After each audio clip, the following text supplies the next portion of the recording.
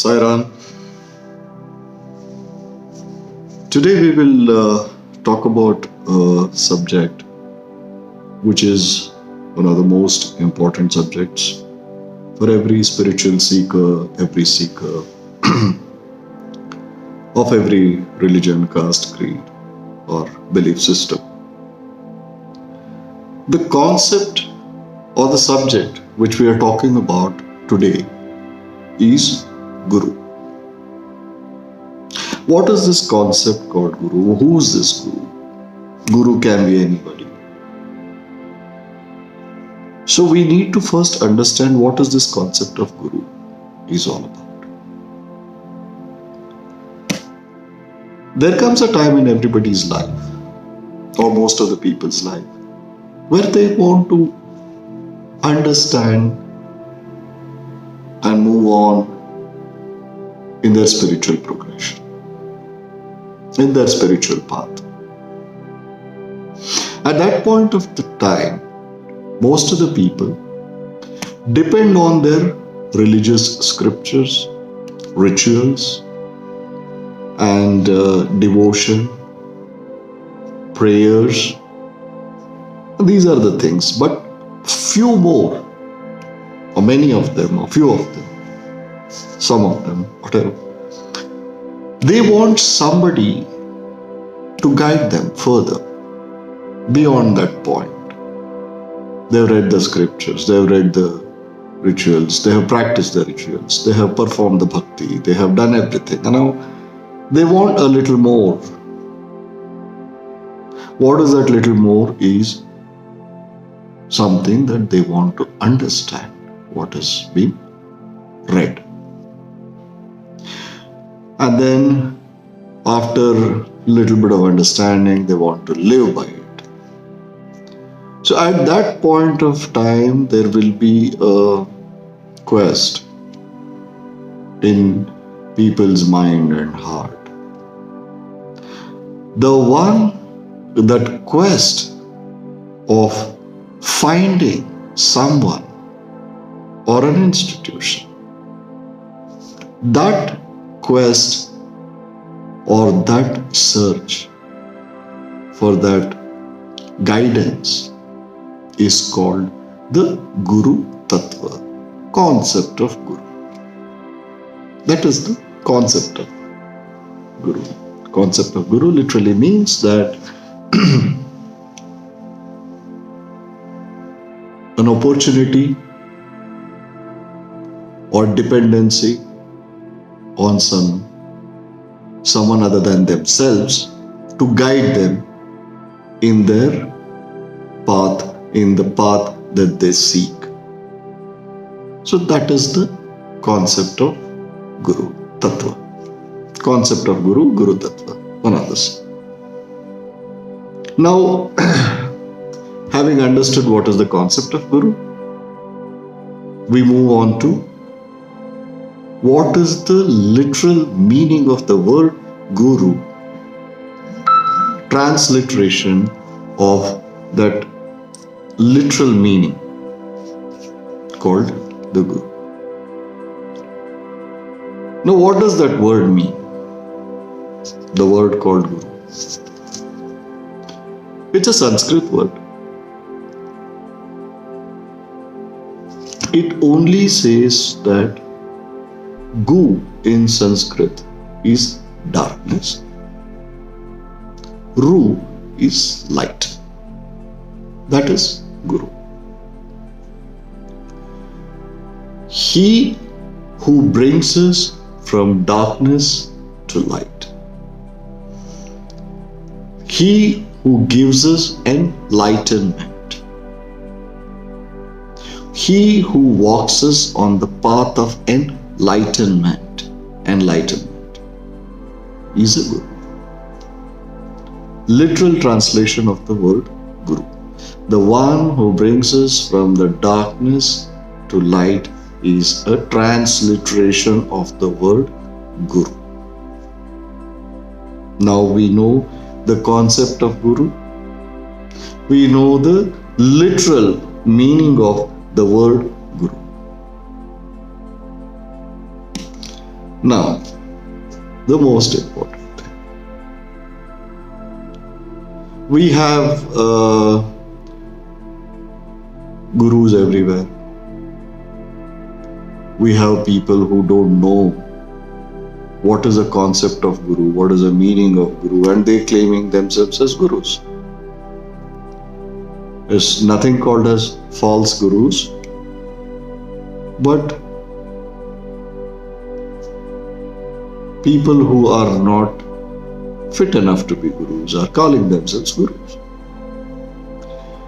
So for a person, for a layman, for someone who is not used to, who doesn't know how to identify, who doesn't know what is this concept of guru, who is a guru? Everybody, many people claim themselves as gurus. Is he really a guru? Is he not a guru? So these questions should cross your mind. If it hasn't crossed your mind, it should cross your mind. Because you can't accept anybody and everybody as a guru. There are certain qualities, there are certain prerequisites of a guru. Now, what is a guru? Number one, first thing is, as mentioned earlier, he who brings you from darkness to light, or he who gives you the enlightenment. Now, what is darkness? First, understand what is darkness. Right? Darkness is nothing but we being completely engrossed in our worldly life. As I said, there comes a time in everybody's life where they understand that they are not the body that they live in. They are not the name that is given to them, particularly at difficult times. When there is difficulty in person's life, they remember God or Guru, which is a natural thing to happen.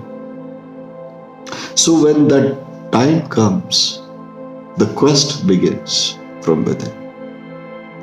So the first thing is, we should understand he who brings us from darkness to light, but what is darkness and what is light? Right? So when we understand what is darkness and what is light, the one who can carry us from darkness to light is one of the primary concepts of a gurus. One of the primary quality of a guru. Now, what is darkness? Darkness is, as I said earlier, one being completely engrossed in the worldly life, under the influence of illusion, which we call it as Maya. Maya is illusion. What is that illusion? Our possessions, our attachments, I, the ego. We live, one of the greatest philosophers said that we live as if we are never going to die, we die as if we never lived. So that when the time comes in everybody's life, that where they want to understand the truth, first thing they should know is, it is all an illusion. We are under the deep influence of illusion, Maya.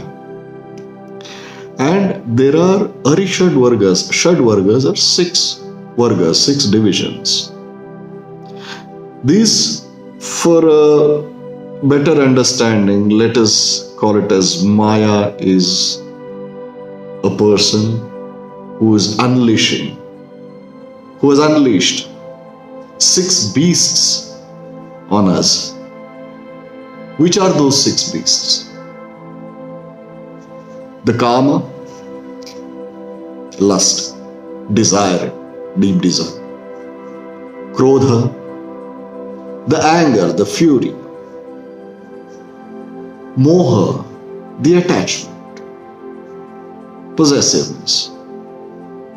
Mada, the ego, highly egoistic.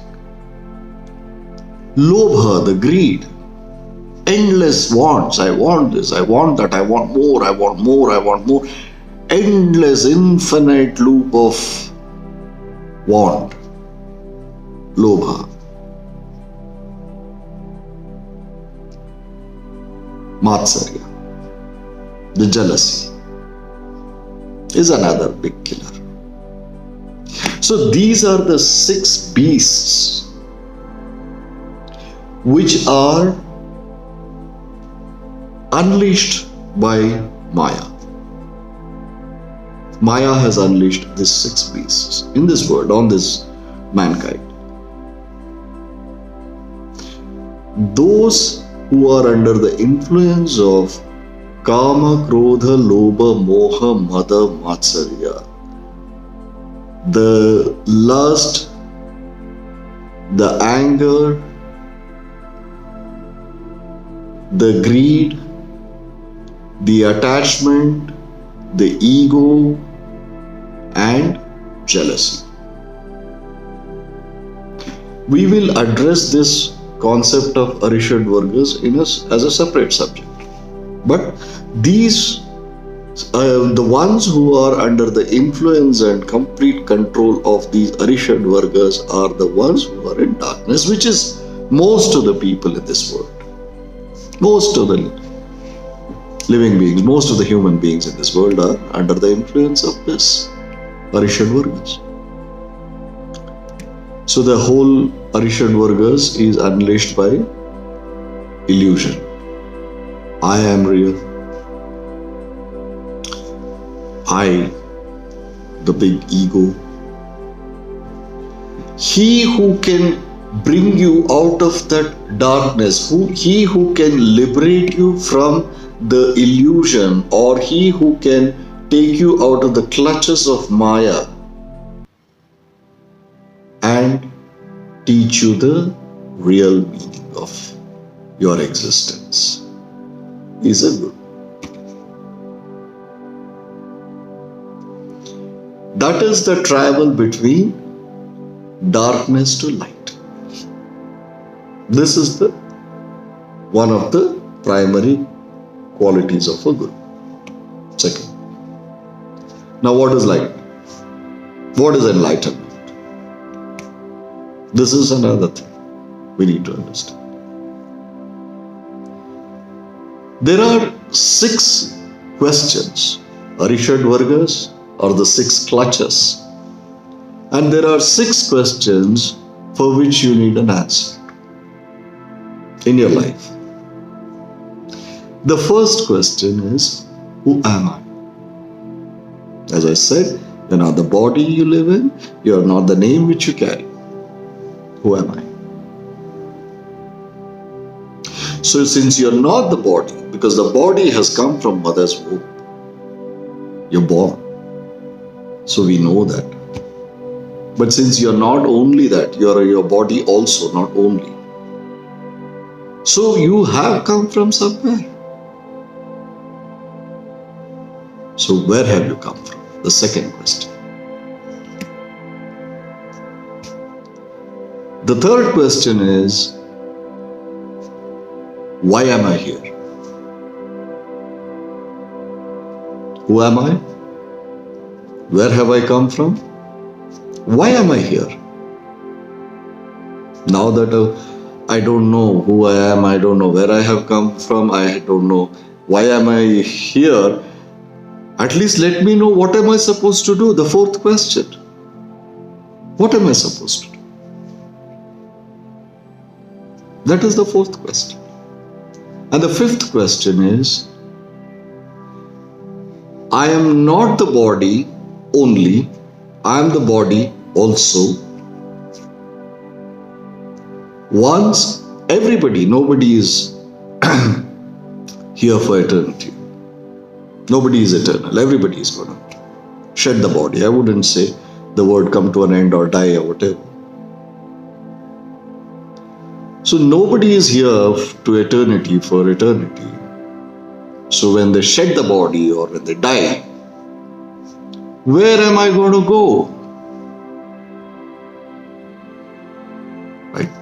So this is the fifth question. Who am I? Where have I come from? Why am I here? What am I supposed to do? And where am I going to go from here? And the last question, since I have originated from somewhere, I have come from somewhere, whom do I belong to? Who is that? So the sixth question, Arishad workers are the six clutches, and these are the six questions, answer to these six questions, right? Who am I? Where have I come from? Why am I here? What am I supposed to do? Where am I going to go?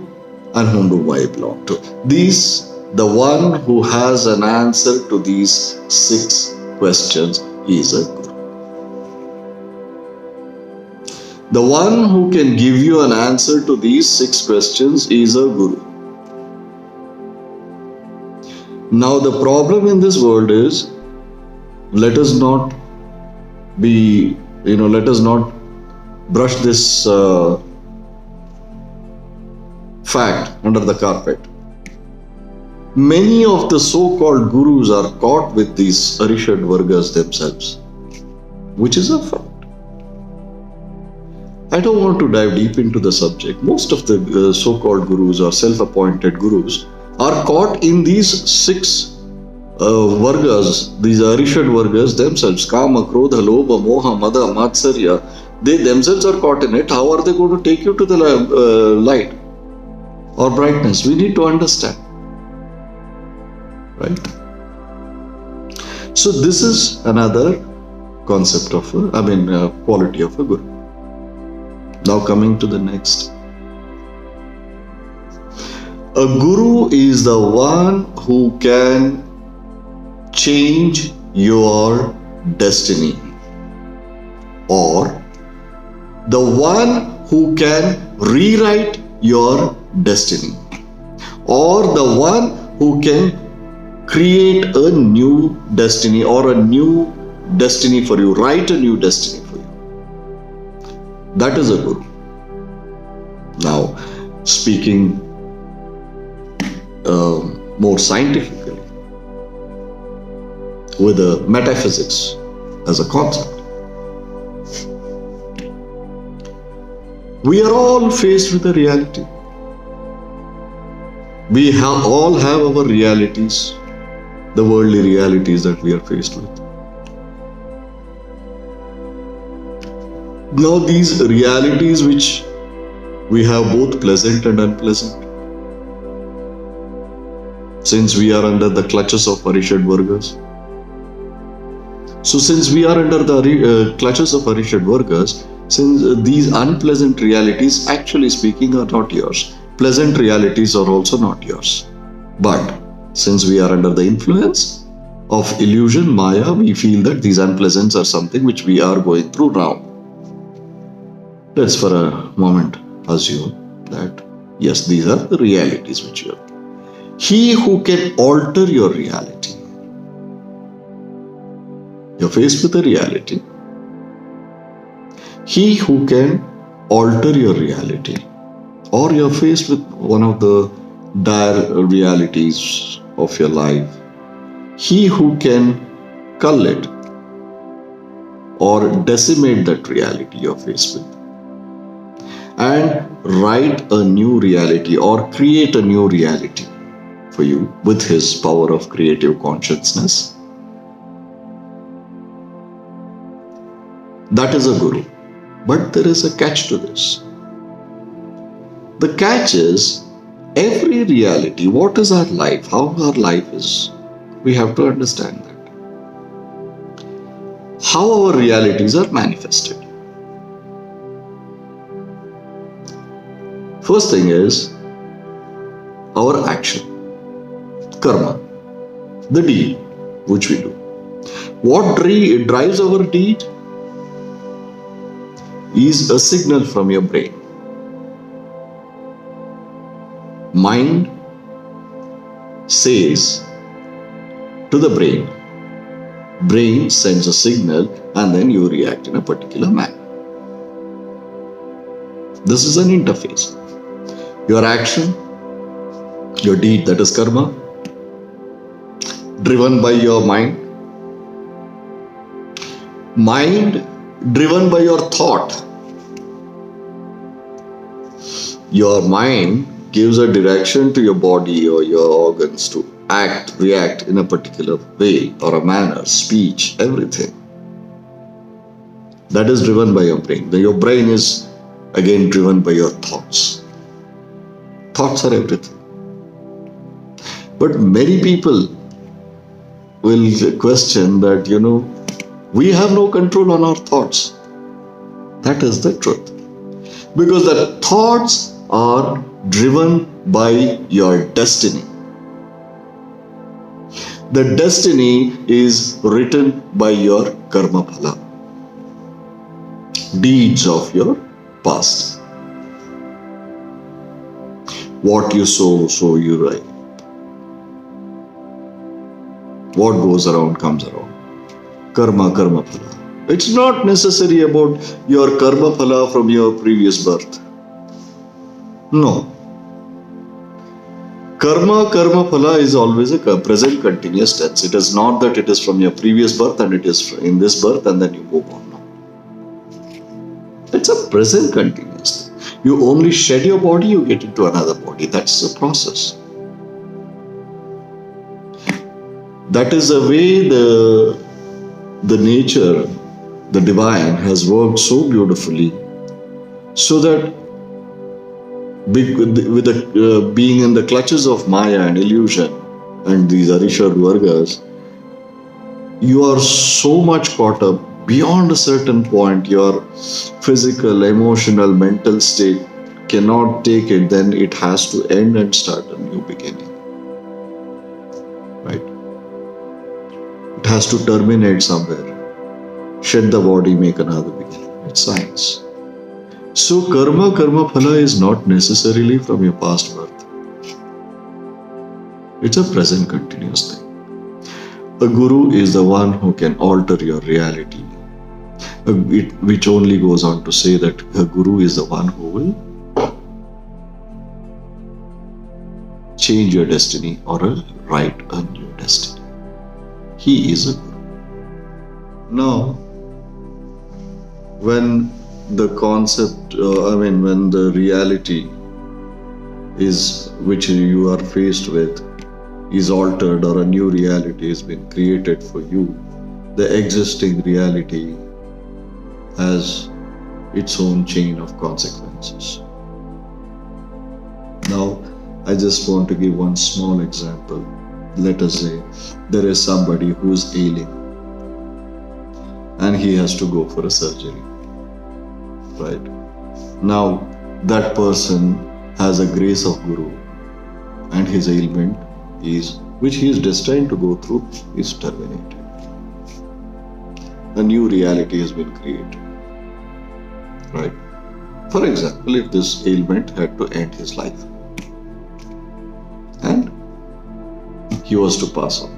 So there is this Guru who is capable of it. He is the only one who is capable of the true Guru. Who terminates your ailment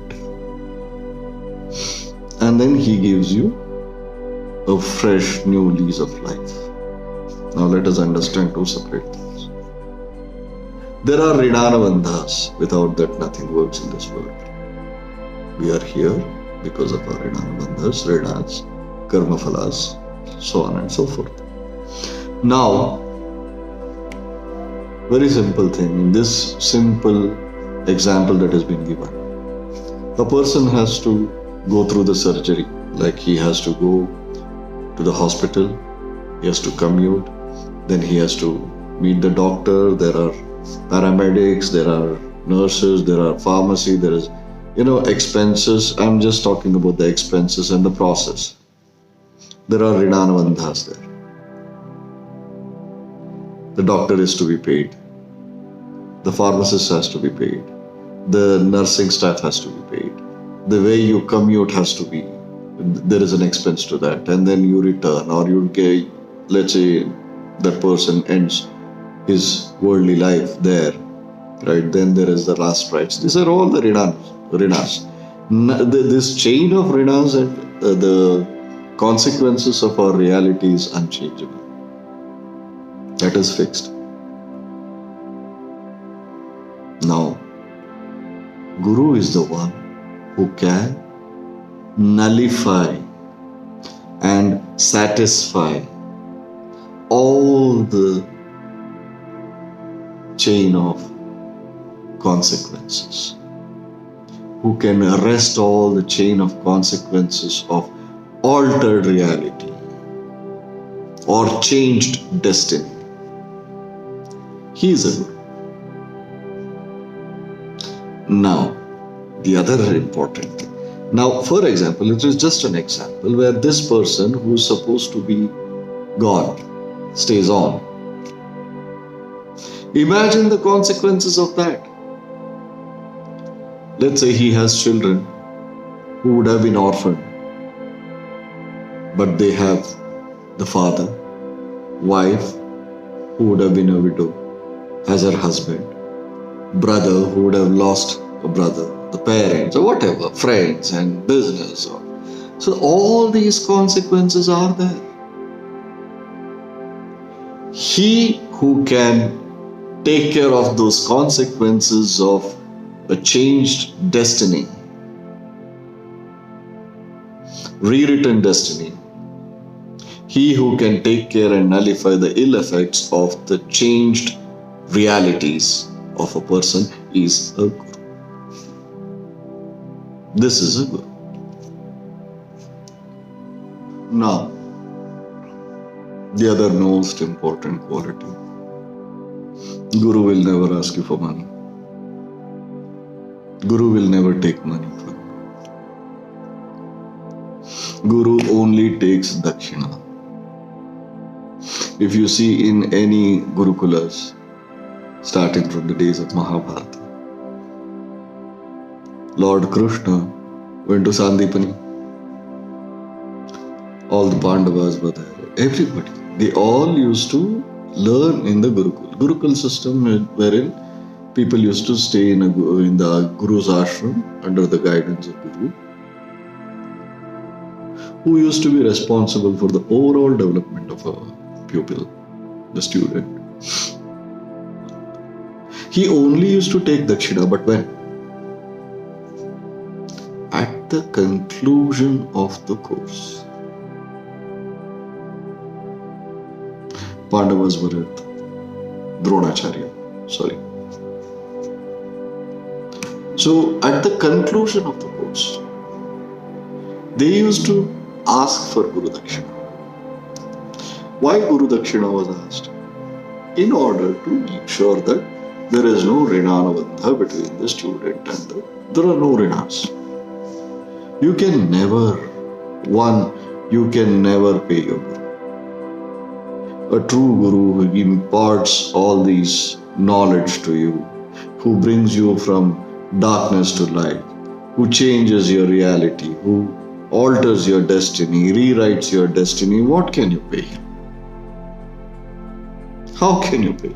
How much can you pay? There's nothing which you can pay. So a Guru doesn't ask for money. Guru will only take dakshina. That is just a symbolic acceptance. Gurukulas were always sponsored and taken care by the Raja of that particular state. Gurukuls never used to survive only on the fee that the Shishyas used to pay. And upon graduation, upon completion, to the satisfaction of the Guru, not the pupil. The student and the parents can be satisfied with what they have, their child has attained to the parents, and the child or the student himself, whatever he has learned, he might be satisfied. No. A guru is the one who will take a dakshina upon completion of all the learnings to guru's satisfaction. He is a guru. So these are the gurus, the concept of who a guru is. Now, a very important thing. May sound a little controversial, but it is a truth which we have to speak and we should really know about it. Who is not a guru? He who is in the clutches of Maya himself. He who is engrossed with his own self. He who feels so high about himself. He who says that I am a guru. He who builds a set of so-called followers, not disciples, but followers, and declares himself as a guru to those. He who markets himself as a guru. He is not a guru. Most important thing, he who will ask you for money is not a guru. The moment any path is commercialized, there is no truth in it, just shed it. Don't even go there. Don't fool yourself. A true guru will never ask for money. That is, he is not a guru. A guru is never self-obsessed. A guru always creates a guru in you. He never creates a follower in you. First, you go to a guru as a disciple, not as a follower. There's a lot of difference between a follower, a devotee, and a disciple. He who goes to a guru as a disciple, a guru doesn't look at him as a follower, he looks at him as himself. Guru sees himself in his disciple.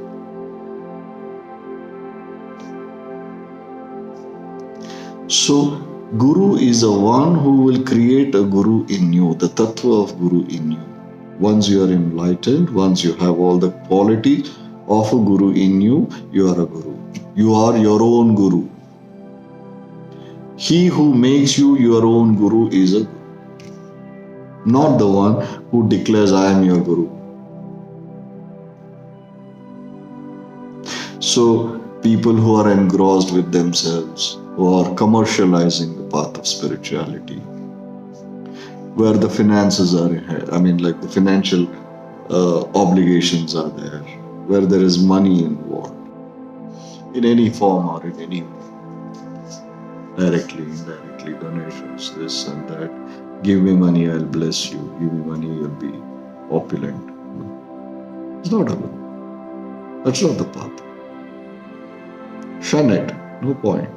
Be very clear about it. But now, in this world, how many gurus are there? It's for each one of us to judge. For each one of us to analyze, accept. I just want to give few examples of true gurus who never called themselves as gurus. Blessed is the soil of India. We have had so many gurus in the past. Saints, yogis, sadhakas, avadhutas and gurus. First is I am a disciple of Shirdisai Maharaj. He was a guru. He was declared as a Guru Samrat. He had nothing with him. A torn, worn out kafani on his body, a rag as his singhasan,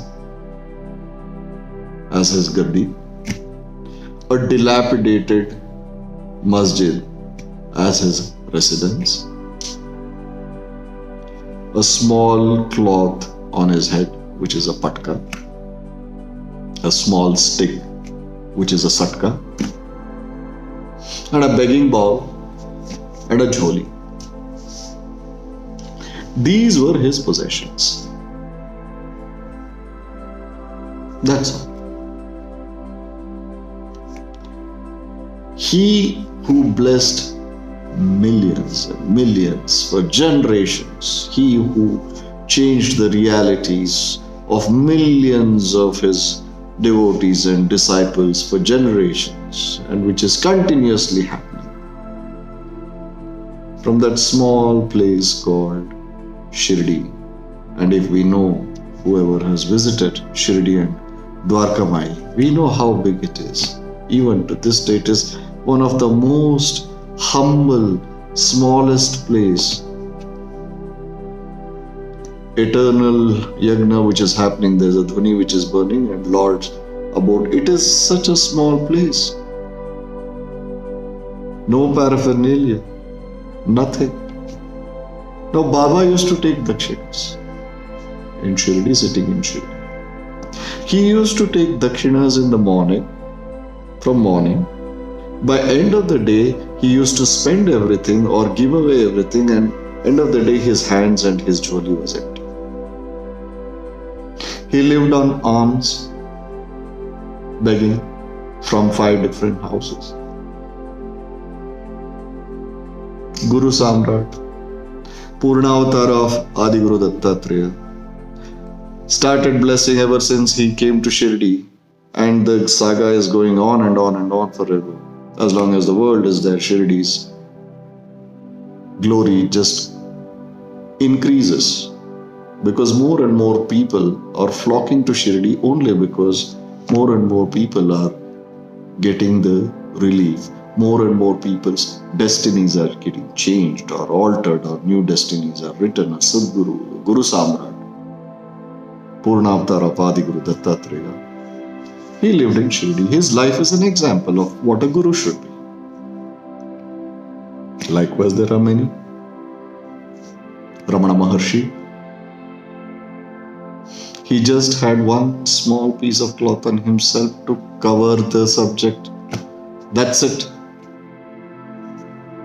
Gajanan Maharaj, Akkalkot Maharaj, Paramahansa Yogananda, Swami Vivekananda, Mahavatar Babaji, Yukteswar Giri, Lahiri Mahashay, Paramahansa Yogananda Ji. There are so many, thousands and thousands of gurus. This is a classic example of a guru, who a guru is. These were the gurus. So we have covered the subject of what a concept of guru is, what the word guru means, and who guru is and who guru is not, and few examples of gurus. And I wish, I pray to my guru, my Lord, my God, my everything, Sri Saipanth Maharaj of Shirdi, to bless all of us. Bless every seeker with a guru, a right guru, and who will progress them in the path of spirituality and enlightens them with reality. That's all is my prayer. Thank you so much. Sai Ram.